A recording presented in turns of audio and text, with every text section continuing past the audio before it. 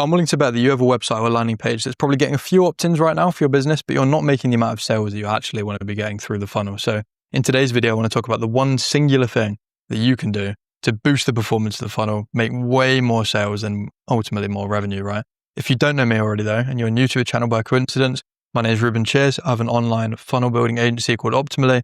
I'm building and scaling in public in these daily update videos. I've done 75 in a row now. After 100, we'll drop it to weekly, increase the quality, and then sort of go from there. But for now, we are building the bank of content that you guys can watch and hopefully get value from, like I said. So let's just dive straight in. I want to talk about this concept of optimizing for opt-ins in your funnel and then optimizing for sales, because these are two very different things. And what most people think is they're doing the one on the right? They're aiming to optimize for sales, but what they're actually doing is optimizing for opt-ins, which is not, I mean, it's fine, but it's not the way you want to be doing things ideally. So they're looking at their funnel going, how do I tweak this to get more conversions here? How do I tweak this, blah, blah, blah, to get the maximum amount of leads coming through the funnel? And that isn't exactly what we want. We want actually every single sales call that we take to have the highest probability of closing. And that's very different to just getting the most amount of people coming through the funnel, which is what most people are actually thinking about. So what you can actually do to enact this change, right, is you need to start pre-warming and pre-handling rejections and really just getting people used to your service so you make your sales call as easy as possible. That's what we want to be doing, because that's going to optimize the total amount of sales that we get through our funnel, rather than just optimizing for opt-ins by changing the headline, for example, and having an absolutely outrageous guarantee to get the maximum amount of leads. That isn't going to help you. What you need to do is learn to maximize the potential of an individual person that comes through the funnel, right? So say you have literally only 10 people that come to the website, you really want the ones that are actually a good fit, say it's 2 out of the 10, to actually end up paying you. And the way we do that is a little bit more complex than most people think, because you don't just build a silly website with loads of links at the top and an about page, blah, blah, blah. You have a headline of VSL and then a call to action. But on the thank you page after they book, you're sending them so much pre-nurturing material to ensure the sales call is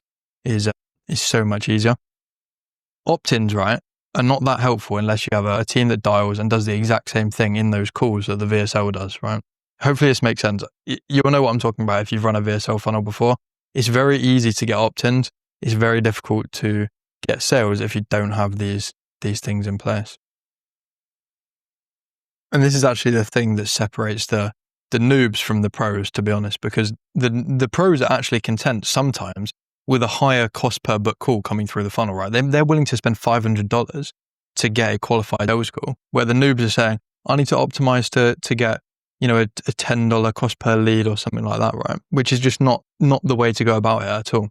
Because what you'll find actually is the overall close rate of those people from the $500 cost per call is way higher, way higher than the cheap leads that you're just getting through, right? Through the funnel.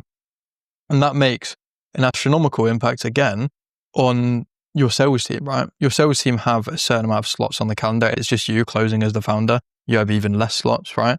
Which means that you can't be taking like 10 calls a day with shit leads. You need to be doing it with highly qualified leads. And the way we do that is by ensuring that this funnel is not only conversion optimized, like I say, for the opt-ins, but warming people up to actually speak to you. I want every single person that takes a call with me to jump on, have watched maybe some of these videos like you're watching right now, watch my VSL, watch my service breakdown, watch my breakout videos to pre-handle objections, all that stuff on the thank you page, so that I'm taking an onboarding call at that point. That's the idea. And that's the distinction you have to make. We're not optimizing for opt-ins, and you shouldn't be either. And you really need to be optimizing for warming people up to who you are and what you do and that transformation you provide. I think that's all I want to talk about today. As always, I want to check my metrics on YouTube and LinkedIn. So we're 162 on YouTube and 9408 on